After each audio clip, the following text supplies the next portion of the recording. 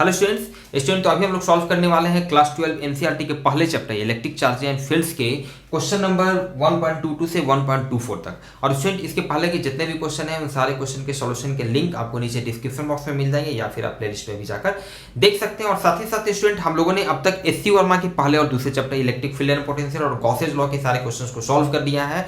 उन क्वेश्चन के सॉल्यूशन के लिंक भी आपको नीचे डिस्क्रिप्शन बॉक्स में मिल जाएंगे या फिर उनके लिए अलग से प्लेलिस्ट है, वहां भी जाकर आप देख सकते हैं। पता है आपको एससी वर्मा जो लोग नीट या आईआईटी की तैयारी कर रहे हैं, जिनका फर्दर प्लानिंग है, उनके लिए जरूरी है। तो वैसे स्टूडेंट वहां पर जाके देख सकते हैं। और प्लीज जो भी स्टूडेंट चैनल पर नए हैं चैनल को सब्सक्राइब करें, लाइक करें, शेयर करें। देखते हैं क्वेश्चन नंबर 1.22। स्टूडेंट ये क्वेश्चन कह रहा है a uniformly charge conducting a sphere of 2.4 metre diameter has a surface charge density of 80 microcoulomb per square metre. Okay, ठीक है। एक यूनिफॉर्मली चार्ज क्वेश्चन नंबर 1.22 हम लोग देख रहे हैं स्टूडेंट। एक यूनिफॉर्मली चार्ज आपका एक स्फीयर है, कंडक्टिंग स्फीयर है, जिसका डायमीटर आपको दिया गया है। डायमीटर यहां से यहां तक का पूरा ये लेंथ दिया गया है, डायमीटर का लेंथ दिया है 2.4 मीटर। मतलब आप समझ सकते हैं अगर इसके रेडियस की बात करें, इसका रेडियस मान लेते हैं, इसका अगर ये रेडियस को मान लेते हैं स्मॉल r, तो रेडियस इसका हो जाएगा इसका हाफ, मतलब 2.4 डिवाइडेड बाई 2 मीन्स 1.2 मीटर। चलिए ठीक है, ये इसका रेडियस हम लोगों को निकल गया। Has a surface charge density, इसका सरफेस चार्ज डेंसिटी दिया हुआ है 80 microcoulomb per square metre. Charge uniformly distributed है, कंडक्टिंग स्फीयर है, जो भी चार्ज होगा ये इसके आउटर मोस्ट सरफेस पे होगा इलेक्ट्रॉन। तो इसके यूनिट एरिया में कितना चार्ज है, मींस सरफेस चार्ज डेंसिटी, जिसको सिग्मा से डिनोट करते हैं, ये इतना हम लोगों को दिया हुआ है। स्टूडेंट तो पहले पार्ट में पूछ रहा है, क्वेश्चन के पहले पार्ट में पूछ रहा है find the charge on the sphere. अब इस पे टोटल कितना चार्ज है, मान लेते हैं अगर ये इस पे टोटल Q चार्ज है, अगर इस पे टोटल चार्ज Q है जो कि यूनिफॉर्मली डिस्ट्रीब्यूटेड है, तो सरफेस चार्ज डेंसिटी स्टूडेंट क्या होता है, this is given by charge divided by it's area. इस पे टोटल कितना चार्ज है और इसका टोटल सरफेस एरिया कितना है। तो r रेडियस का स्फीयर है स्टूडेंट, इसका सरफेस एरिया कितना हो जाएगा 4 पाई r स्क्वायर। क्लियर है। अब यहां से हम लोग आसानी से टोटल चार्ज इसका निकाल सकते हैं, this is sigma into 4 pi r square. Sigma का वैल्यू दिया हुआ है 80 माइक्रोकूलम पर स्क्वायर मीटर। ध्यान दीजिएगा, तो ये माइक्रोकूलम तो इसको कूलम में चेंज कर लेते हैं, 10⁻⁻6 से मल्टीप्लाई करती है, इतना कूलम पर स्क्वायर मीटर इसका सरफेस चार्ज डेंसिटी हो गया। इंटू 4 इंटू पाई का वैल्यू 3.14 इंटू रेडियस का वैल्यू है 1.2 मीटर, तो 1.2 का स्क्वायर। स्टूडेंट इसको आप जब सॉल्व करेंगे, 1.22 का पहला पार्ट है ये, तो इसका आंसर आता है 1.45 into 10⁻³ coulomb.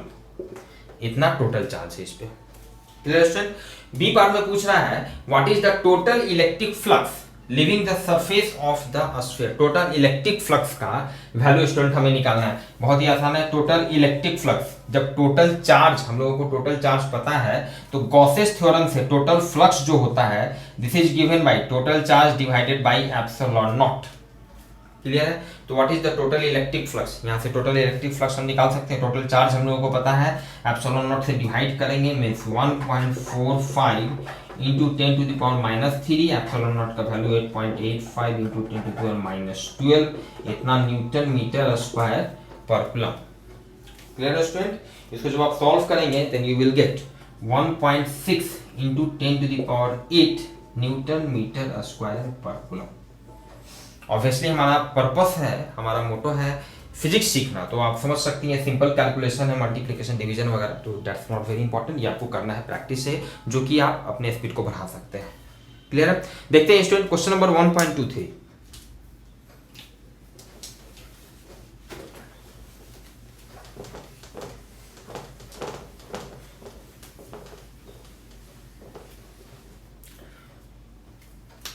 Question number 1.23। Clear है।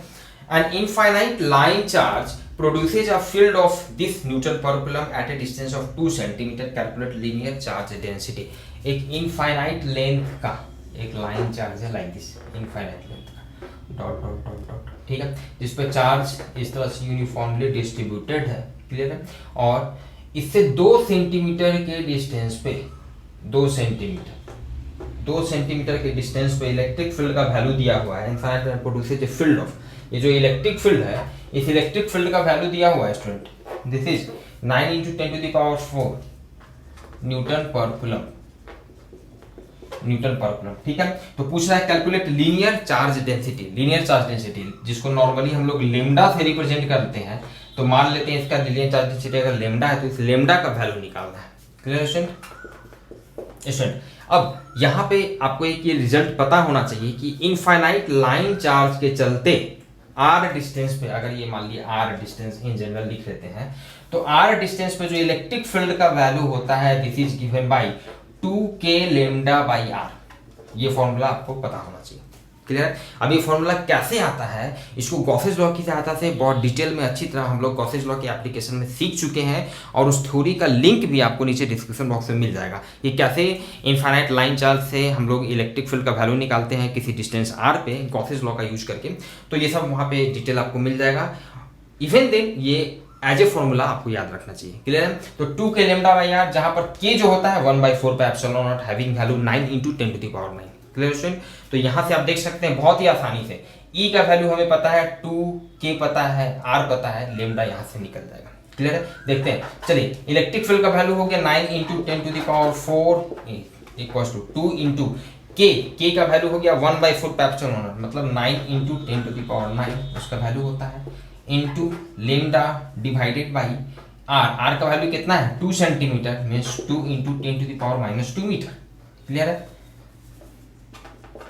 इधर आपका ये 9 इंटू 10⁴ इक्वल्स टू इतना। ठीक है, यहाँ देख सकते हैं कैलकुलेशन भी इसका बहुत ही आसान है। ये 2 से ये 2 कैंसिल, ये 9 से ये 9 कैंसिल, ये 10⁻² इधर गया, इधर आपका बच जाएगा 10⁻² इक्वल्स टू 10⁻9 लेमडा, इसमें लेमडा इक्वल्स टू 10⁻⁻7, 10⁻9 नीचे आएगा, 2 - 9 - 7 कूलम पर मीटर। इतना आपका लीनियर चार्ज डेंसिटी का वैल्यू हो जाएगा। Question number 1.23। Clear student? देखते हैं स्टूडेंट क्वेश्चन नंबर 1.24।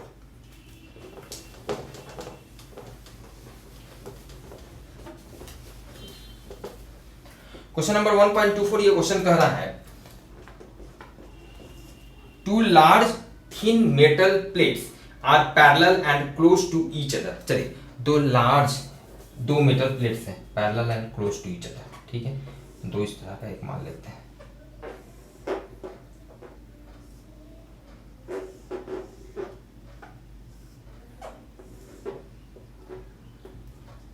इस तरह का दो मेटल प्लेट आप देख सकते हैं, इस तरह का large metal plate, thin metal plate रखा हुआ है parallel to each other. On their inner surfaces the plates have surface charge densities of opposite signs. Opposite signs का मतलब है एक पे पॉजिटिव सरफेस चार्ज डेंसिटी है, दूसरे पे नेगेटिव है। पॉजिटिव सरफेस चार्ज डेंसिटी का मतलब पॉजिटिव चार्ज डिस्ट्रीब्यूटेड है, और नेगेटिव सरफेस चार्ज डेंसिटी का मतलब नेगेटिव चार्ज डिस्ट्रीब्यूटेड है। चार्ज पर यूनिट एरिया, तो एरिया तो इसका अलग हो गया। ठीक है, of magnitude this coulomb square metre, what is E। ठीक है, सिचुएशन कुछ इस तरह का है कि मान लेते हैं इसमें पॉजिटिव चार्ज डिस्ट्रीब्यूटेड है, लाइक दिस, कुछ इस तरह का सिचुएशन है।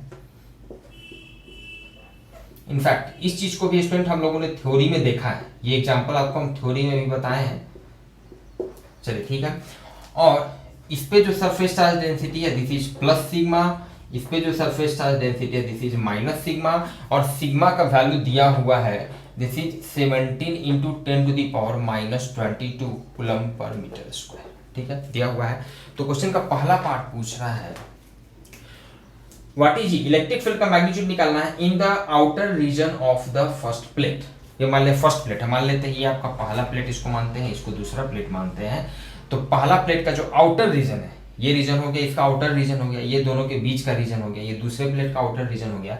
तो पहले पार्ट में पूछ रहे हैं in the outer region of the first plate, मान लेते हैं ये कोई P पॉइंट मान लेते हैं, P पॉइंट मान लेते हैं। तो यहाँ पर इलेक्ट्रिक फील्ड का हमें वैल्यू निकालना है क्वेश्चन नंबर ए में outer region of first plate. तो ध्यान दीजिएगा, ए में निकालना मतलब EP, मतलब electric field at point P निकालना है। स्टूडेंट अगेन यहाँ पर एक रिजल्ट आपको पता होना चाहिए कि अगर इसका सरफेस चार्ज डेंसिटी सिग्मा है तो इसके चलते जो इलेक्ट्रिक फील्ड का मैग्नीट्यूड होगा, जो कि वो डिस्टेंस पर डिपेंड नहीं करता है, डिस्टेंस पर डिपेंड नहीं करता है, पॉजिटिव चार्ज है तो इसके चलते इलेक्ट्रिक फील्ड का वैल्यू इधर होगा, मैग्नीट्यूड इधर होगा। ठीक है, इसको E1 कह देते हैं। तो इसके चलते जो इलेक्ट्रिक फील्ड का मैग्नीट्यूड होगा वो this is given by sigma by 2 epsilon not. ये एक छोटा सा फॉर्मूला यहाँ पर यूज हो रहा है स्टूडेंट, और इसका भी डेरिवेशन ये फॉर्मूला कैसे आता है इस चीज़ को भी हम लोगों ने थ्योरी में बहुत डिटेल से देखा है, और उसका लिंक भी आपको नीचे डिस्क्रिप्शन बॉक्स में मिल जाएगा। तो आपको पता होना चाहिए, even then as a result as a formula आपको ये याद होना चाहिए। तो इसके चलते देखते हैं कैसे कैलकुलेट करेंगे। इसके चलते पहला प्लेट है तो इसके चलते इलेक्ट्रिक फील्ड पॉजिटिव चार्ज है तो इससे दूर, इसके चलते इलेक्ट्रिक फील्ड E1 लिख देते हैं, पहला प्लेट है 1 प्लेट है। और ये नेगेटिव चार्ज है तो इसके चलते जो इलेक्ट्रिक फील्ड होगा इसकी तरफ होगा तो इसको लिख देते हैं E2, ठीक है। तो P पॉइंट पर जो इलेक्ट्रिक फील्ड होगा this is E1 minus E2, ठीक है। और E1 का भी मैग्नीट्यूड होगा sigma by 2 epsilon not, sigma surface charge density इसका मैग्नीट्यूड, माइनस E2 का भी जो मैग्नीट्यूड होगा this is sigma by 2 epsilon naught. Clear है, डिस्टेंस पर डिपेंड नहीं करता है, इलेक्ट्रिक फील्ड का मैग्नीट्यूड कांस्टेंट रहेगा, सेम रहेगा।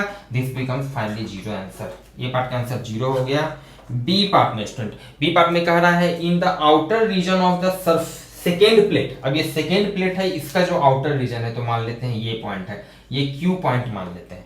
तो अब यहाँ पर इलेक्ट्रिक फील्ड का वैल्यू निकालना है। अगेन इस पॉइंट पर भी आप समझ सकते हैं स्टूडेंट कि दो इलेक्ट्रिक फील्ड ये इसके चलते भी होगा और इसके चलते भी होगा। ये पहले वाले प्लेट के चलते पॉजिटिव चार्ज है तो अवे, तो मतलब E1, इसको E1 दिखाते हैं। चलिए ये E1 हो गया, और ये इसके चलते जो इलेक्ट्रिक फील्ड होगा इसकी तरफ होगा क्योंकि नेगेटिव चार्ज है, E2 होगा। अगेन E1 और E2 दोनों का मैग्नीट्यूड सेम है, सिग्मा बाई 2 एप्सिलॉन नॉट, मतलब उधर भी आपका समझ सकते हैं नेट इलेक्ट्रिक फील्ड जीरो हो जाएगा। उतना ही वैल्यू का इलेक्ट्रिक फील्ड उधर और उतना ही सेम वैल्यू का इलेक्ट्रिक फील्ड अपोजिट डायरेक्शन में, तो नेट जीरो हो गया वेक्टर, ठीक है। तो मतलब EQ सेकेंड पार्ट में Q पॉइंट पर इलेक्ट्रिक फील्ड, तो ये भी क्या हो जाएगा E1 माइनस E2 या E2 माइनस E1, जो आपका ये कोई फर्क नहीं पड़ता है। This is sigma by 2 epsilon naught minus sigma by 2 epsilon naught, ठीक है। This becomes zero answer. Clear student. C part में स्टूडेंट पूछ रहा है बिटवीन द प्लेट्स, दोनों प्लेट के बीच में, तो मान लेते हैं अगर ये R पॉइंट है, अभी यहाँ पर ध्यान दीजिएगा इलेक्ट्रिक फील्ड। अब अगर यहाँ पर भी इलेक्ट्रिक फील्ड दोनों के चलते होगा, प्लेट 1 के चलते जो इलेक्ट्रिक फील्ड होगा पॉजिटिव चार्ज है तो इसके चलते इलेक्ट्रिक फील्ड इधर, नेगेटिव चार्ज है तो इसके चलते भी इलेक्ट्रिक फील्ड इधर ही, तो E1 भी इधर ही है, E2 भी इधर ही है। तो ध्यान दीजिएगा अब ये दोनों इलेक्ट्रिक फील्ड ऐड हो जाएगा, मतलब R पॉइंट पर जो इलेक्ट्रिक फील्ड होगा this is E1 plus E2, this is E1 का भी वैल्यू है sigma by 2 epsilon naught plus E2 का भी वैल्यू है sigma by 2 epsilon naught. This becomes finally sigma by epsilon naught. Clear है। सिग्मा का वैल्यू हम लोगों को पता है student 17 into 10 to the power minus 22 divided by 8.85 into 10 to the power minus 12। Clear है। इसका जब आप सॉल्व करेंगे स्टूडेंट, ये क्वेश्चन नंबर 1.24 हम लोग देख रहे हैं, 1.92 into 10 to the power minus 10, 1.92 into 10 to the power minus 10। Clear है। न्यूटन पर coulomb electric field. Clear student. तो जितने भी क्वेश्चन है स्टूडेंट, इनफैक्ट ये फॉर्मूला बेस्ड क्वेश्चन है, बहुत ही बेसिक कंसेप्ट पर है, कोई कंफ्यूजन नहीं होना चाहिए। मिलते हैं स्टूडेंट फिर नेक्स्ट क्लास में नेक्स्ट क्वेश्चन के सॉल्यूशन के साथ। Thank you.